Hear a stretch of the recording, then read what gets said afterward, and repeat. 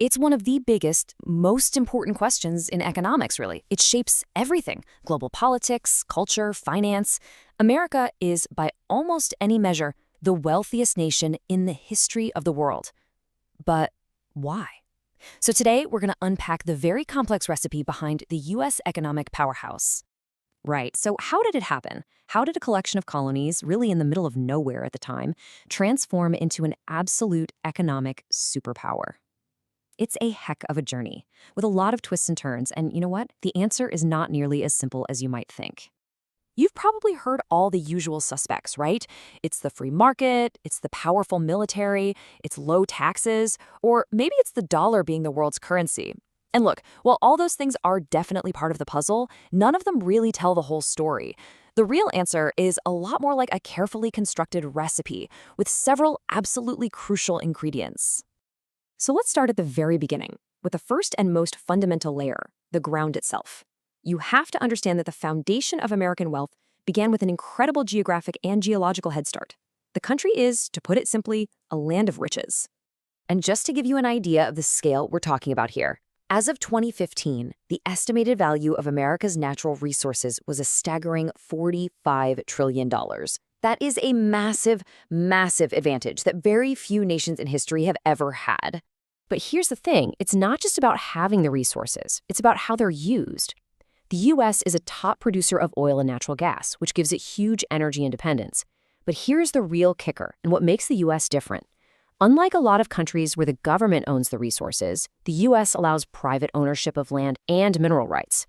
This created a powerful built-in incentive for people and companies to go out and find and develop these assets as fast as possible. Okay, so having a treasure chest of resources is one thing, but you need a catalyst, right? Something to unlock its full industrial potential. So let's move to our second layer and see how major historical events, specifically war, became a powerful and honestly, a profitable business opportunity. To really get a sense of the scale of this, think about this for a second. In 2015, the Department of Defense was the single largest employer in the entire world, with 3.2 million employees. That creates this huge base of consumers who are earning steady salaries, paying taxes, and driving demand for absolutely everything, which just fuels the domestic economy.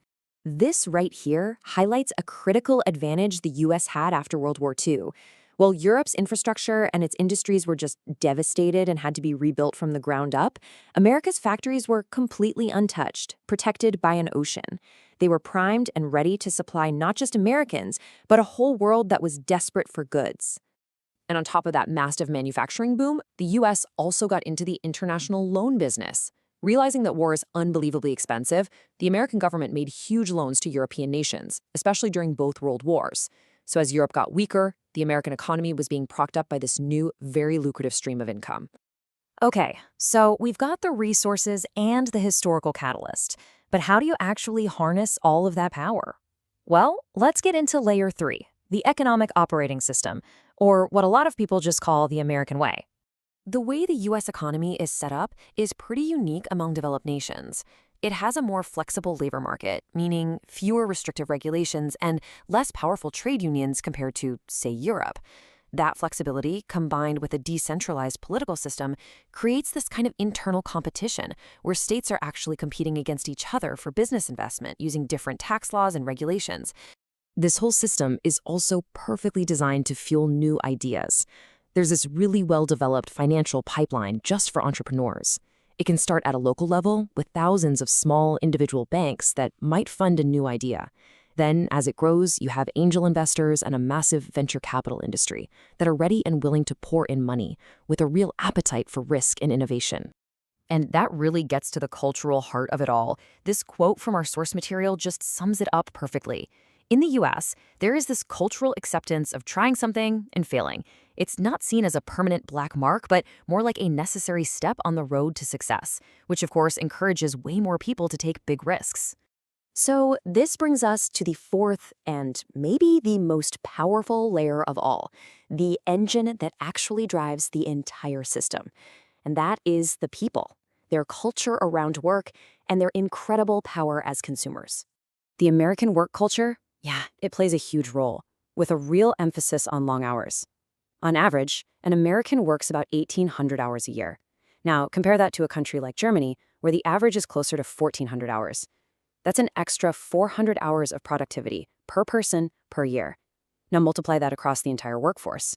It's a massive difference. And you know what? Those long hours have a direct and enormous impact on the nation's wealth. A working population is the bedrock of the economy, and an incredible 50% of the entire U.S. GDP comes directly from income tax. So it's a pretty straight line. More people working, more hours, translates directly into more government revenue and a much stronger economy. But here is the most crucial point. America's biggest customer is America. The huge population of consumers creates the largest internal market for goods and services on the entire planet. What this means is that U.S. companies have a gigantic, built-in customer base before they even have to think about exporting a single thing. All right, we've covered resources, history, the economic system, and the people. But there is one final layer that really holds this whole thing together: the political framework. You have to ask, is democracy the actual secret ingredient in this recipe for wealth? You know how political parties in the U.S. are always arguing over the best way to create prosperity? Republicans might say they hold the key to growth, while Democrats argue their way ensures that growth benefits everyone.